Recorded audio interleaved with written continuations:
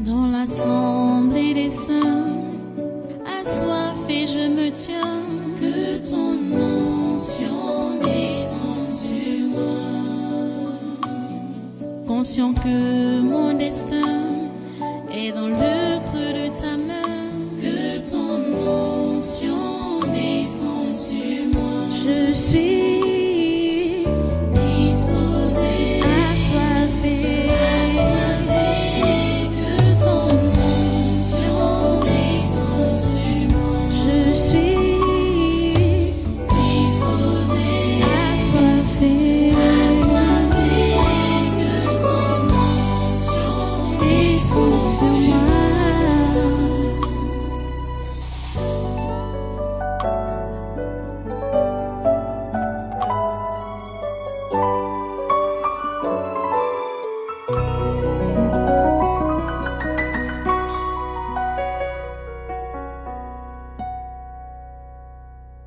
Alléluia. Ok, tu peux te mettre debout maintenant. Tu prends ta Bible, tu te mets debout pour la lecture. Pour aujourd'hui, nous allons continuer à écouter Dieu. Le Seigneur veut que nous soyons réellement effacés, que nous soyons réellement des esclaves. Donc, effacés. On ne doit rien réclamer.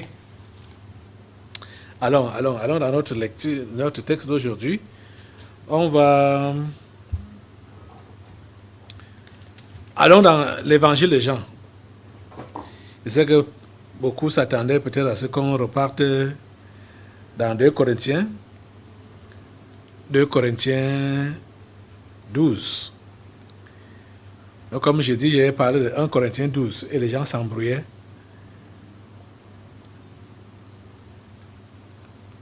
Quand il dit allons dans notre texte, si vous êtes accroché, vous devez comprendre que ça a été un lapsus de dire 1 Corinthiens. Vous devez dire 2 Corinthiens. Ok. Aujourd'hui, donc, on part dans Jean, l'évangile de Jean, chapitre 9. Jean chapitre 9. L'histoire est racontée dans tout ce chapitre 9. C'est l'histoire de la guérison de l'aveugle-né. Donc c'est du premier verset au verset 41. Mais nous allons lire à partir du verset 24. Si vous voulez, et comme il est nécessaire même que vous compreniez bien toute l'histoire, pour ceux qui ne comprennent pas l'histoire, vous irez lire ça à la maison. Mais maintenant, je vais lire à partir du verset 24. Les pharisiens appelèrent une seconde fois l'homme qui avait été aveugle et lui dirent: donne gloire à Dieu. Nous savons que cet homme est un pécheur. Parlant de Jésus, qui a guéri cet homme, dit que Jésus est pécheur. Il répondit: s'il est un pécheur, je ne sais.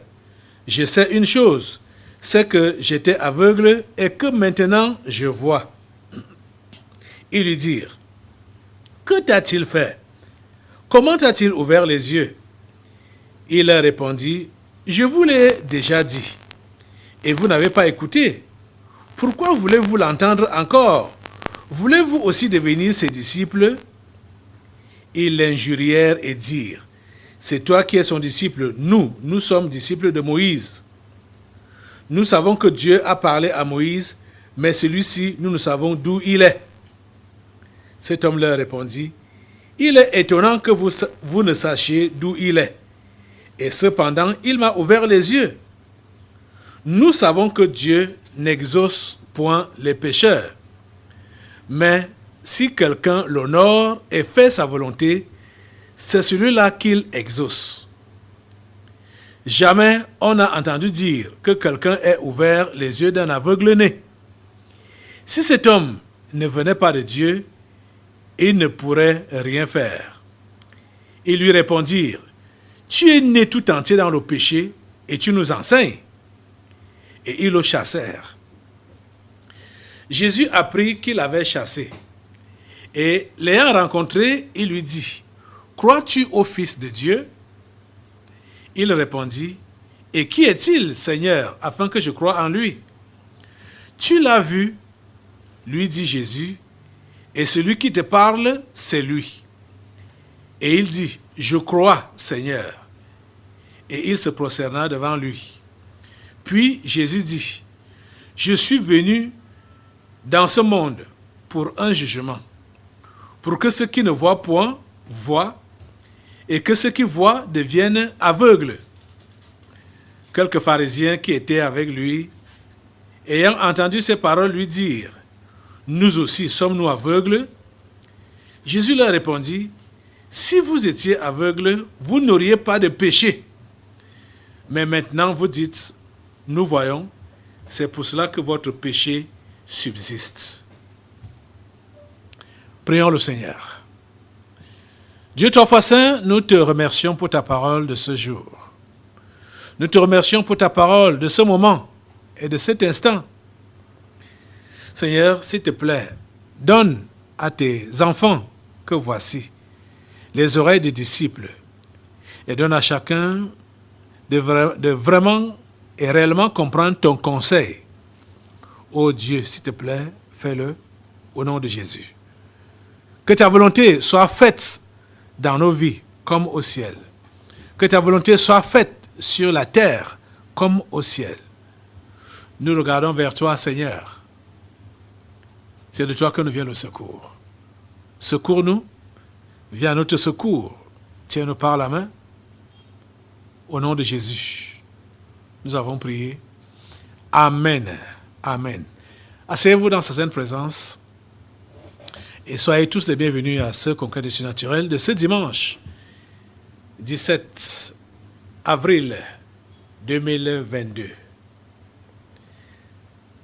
Le Seigneur veut que nous puissions absolument, entièrement dépendre de lui.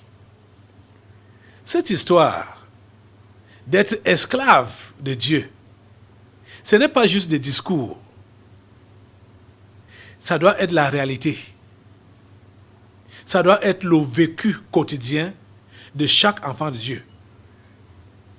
Tu te lèves. Tu sais que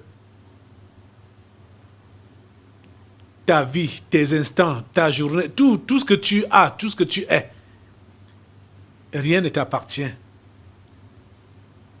Que tu dépends de lui et de lui entièrement. C'est vrai que ce soit en semaine ou même chaque jour, tu as une programmation, tu as un programme. Mais quand tu sais que tu es vraiment esclave de Dieu,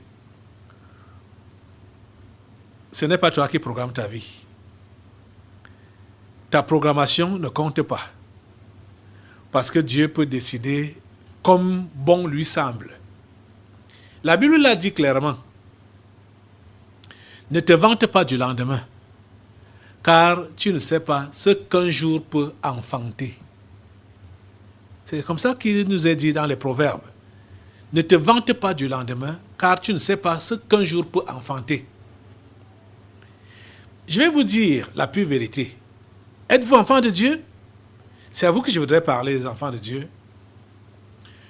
Ne sois jamais bouleversé. Ne sois jamais frustré. Ne te décourage jamais quand ce que tu as programmé n'a pas pu marcher comme tu as programmé.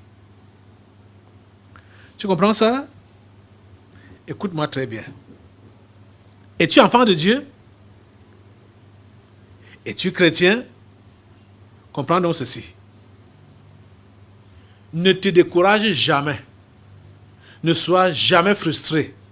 Ne sois jamais dérangé parce que ce que tu as programmé n'a pas marché. Quand tu es découragé, quand tu es frustré, quand tu es dans tes états, ça veut dire, ça démontre clairement que tu n'es pas esclave. Donc ça veut dire que tu n'es pas chrétien. Parce que ce que tu as programmé n'a pas marché comme tu as programmé. C'est Dieu qui détient ta vie. est celui qui décide de tes programmations.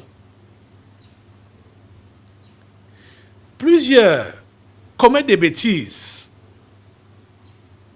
dans tous les sens, hein, que ce soit dans le sens du vol, détournement et tout ça là, juste parce qu'ils estiment qu'ils ont déjà trop trimé dans la pauvreté, donc il faut qu'eux aussi soient riches.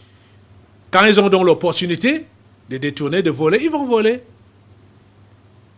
Alors que si Dieu a prévu qu'ils doivent avoir des moyens, ne parlons pas d'être riches. Si Dieu a prévu qu'il doit leur donner des moyens pour s'occuper de son œuvre, ils auront ces moyens-là selon la programmation de Dieu pour s'occuper de l'œuvre de Dieu. Donc, ils ne doivent pas passer par des raccourcis quand Satan leur présente des opportunités. Ou pour les autres qui vont tomber dans le péché du sexe, voyant que le temps passe et ils n'ont pas de mari, ils n'ont pas de femme, et vous voyez, qu'est-ce qui va se passer?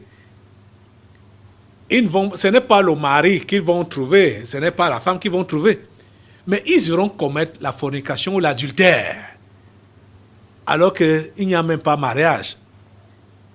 Et même s'il y avait mariage, ou même s'il y aurait mariage, mais quand le sexe vient avant ça, c'est le péché. C'est le péché. Et qu'est-ce qui fait ça? C'est la précipitation, c'est parce qu'ils veulent accomplir leur programmation. Et on comprend qu'ils ne sont pas des esclaves. Ils sont des patrons. Et c'est Dieu qui doit être leur esclave, c'est Dieu qui doit exécuter ce qu'eux, ils ont programmé. Les amis, si vous êtes chrétiens, s'il vous plaît, vous êtes appelés à garder votre sérénité. Quels que soient les moments, quelles que soient les difficultés, quel que soit ce par quoi vous passez, ou ce que vous vivez, ou ce que vous expérimentez, quelle que soit cette chose-là, tu dois garder ta sérénité et t'attendre à Dieu à tout moment. Tu dois t'attendre à Dieu à tout moment. Ce texte qu'on a lu aujourd'hui, j'aurais dû commencer juste la lecture au verset 39. Mais je voulais que vous compreniez un peu le contexte, l'histoire. C'est pourquoi j'ai commencé un peu loin, même comme je n'ai pas commencé tout au début, parlant de la guérison de cet homme qui était aveugle depuis la naissance et que Jésus a guéri. Les religieux, qui sont les anges déchus et les méchants, ils se sont acharnés sur cet homme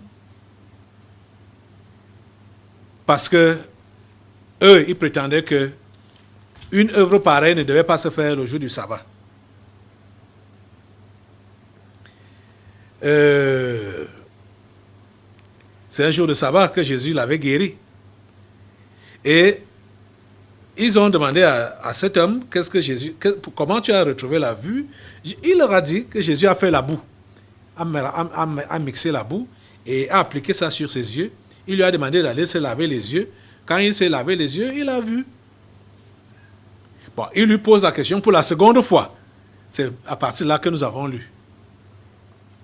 C'est pourquoi l'homme leur dit que, comme on dit au verset 24, les pharisiens appelèrent une seconde fois l'homme qui avait été aveugle. Et il lui dit, donne gloire à Dieu. Nous savons que cet homme est un pécheur.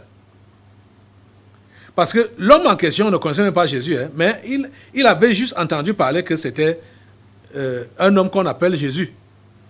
Parce que c'est ça qu'il dit au verset 11. Il répondit, l'homme qu'on appelle Jésus a fait de la boue, a oint mes yeux et m'a dit, va au réservoir de Siloé et lave-toi. J'y suis allé, je me suis lavé et j'ai recouvré la vue. Il ne connaissait pas Jésus. Il a dit, l'homme qu'on appelle Jésus, il a juste, comme il ne voyait pas, Jésus lui a parlé, et Jésus lui a dit, et Jésus a appliqué la boue sur ses yeux, et lui dit, va au réservoir de Siloé, lave tes yeux, et Quand il est allé, il a recouvré la vue. Jésus n'était pas dans les parages. Jésus n'était pas à côté pour qu'il puisse le reconnaître. Vous voyez? Il a recouvré la vue. Il était né aveugle. Ces gens voulaient avoir la confirmation que Jésus a opéré ces miracles sur cet homme. Ils ont appelé même ses parents. Ses parents, peureux comme ils étaient, ils ont dit qu'il a de l'âge, il peut parler de ce qui le concerne. Nous savons juste que c'est notre fils et qu'il est né aveugle. Comment il a retrouvé la guérison, on ne sait pas. Demandez lui-même. Il sait, il a de l'âge pour répondre à ce qui le concerne. Les parents avaient peur d'être chassés de la synagogue. Vous voyez, aujourd'hui, on vit avec des gens comme ça, qui connaissent la vérité, qui savent que le message qui passe au tabernacle de la liberté, c'est la vérité. Mais ils ont peur de l'entourage. Ils ont peur de leurs parents. Ils ont peur du gouvernement. Ils ont peur des gens. Et ils préfèrent embrigader la vérité. C'est mauvais. Si tu es l'un de ceux-là, repens-toi. Que tu connais la vérité qui se prêche ici, qui se vit ici. Tu sais que c'est réel. Tu préfères garder cette vérité captive. Ce n'est pas bien. Dieu va te le redemander. Ce n'est pas bien. Ce n'est pas bien. Ce n'est pas bien de retenir la vérité captive. Les parents de cet homme ont retenu la vérité captive. Ouais. Malheureusement, on vit la même situation aujourd'hui. C'est vraiment malheureux. Hein. Quand je dis ça, c'est avec les larmes au cœur. Parce que si ceux qui connaissaient la vérité concernant cette époque dans laquelle nous sommes et tout ce que Dieu a fait dans ce milieu, s'ils avaient fait le relais, on ne serait pas à ce niveau où nous sommes aujourd'hui. Beaucoup de gens, déjà eux-mêmes, devraient déjà être sauvés et ils allaient sauver les gens autour d'eux. Mais ce n'est pas ça qui se fait. Même quand ils savent, ils sont au milieu des gens qui nous fusillent, des gens qui nous critiquent, des gens qui veulent notre... Ils n'interviennent pas pour leur dire, les amis, ne parlez pas comme ça de ce milieu, ne parlez pas comme ça de ce pasteur. Ils n'interviennent pas. Ils préfèrent garder le silence ou bien quitter. Alors qu'ils connaissent la vérité, qu'ils peuvent bien défendre la vérité. Ce n'est pas bien quand vous agissez de cette façon-là. Ce n'est pas du tout bien. Et n'en parlons donc pas de ceux qui fréquentent même ce milieu. Je parlais comme ça de ceux qui sont dehors, hein, qui écoutent à la radio ou dans les réseaux sociaux, mais qui savent que tout ce qui se passe ici est vrai. Que tout ce qui se passe ici est de Dieu. Mais ils ne prennent pas de position pour Dieu. Je ne demande pas que vous puissiez nous défendre forcément, mais croyez en Dieu. C'est lui que nous vous présentons. Croyez en Jésus. C'est lui que nous vous présentons. Ne restez pas indifférents quand les choses qui le concernent sont mal parlées par des anges déchus, par des sorciers, des sectaires. Vous qui connaissez la vérité, défendez cette vérité-là. Ne faites pas comme les parents de cet aveugle qui dit, il a de l'âge, il peut répondre à ce qui le concerne. Donc, les pharisiens sont donc revenus chez l'homme une seconde fois et ils lui dirent, donne gloire à Dieu, nous savons que cet homme est un pécheur, parlant au nom de Jésus. Il répondit, s'il est un pécheur, je ne sais. Je sais une chose, c'est que j'étais aveugle et que maintenant je vois. Vous voyez, il y a plusieurs parmi vous là, ou même peut-être certains qui ne sont même plus dans ce milieu, mais qui ont bénéficié des grâces de ce milieu. Et que là-bas dehors, on leur dit, dites que c'est une secte là-bas à Jouvence. Dites que le pasteur là était sorcier. Dites que c'est un sectaire. Dites que c'est un démon.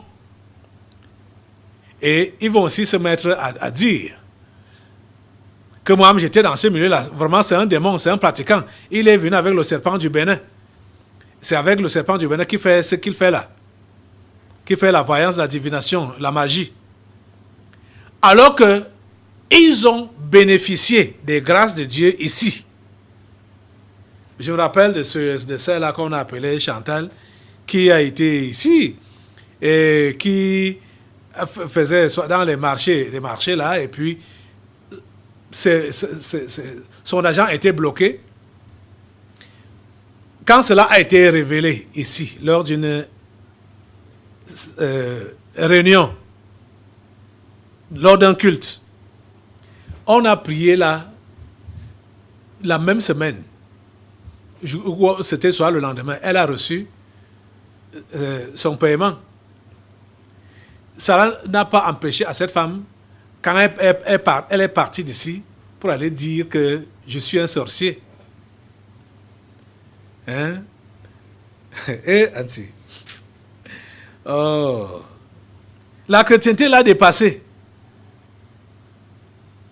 Elle accuse le pasteur, elle accuse le milieu, et c'est comme ça que plusieurs font.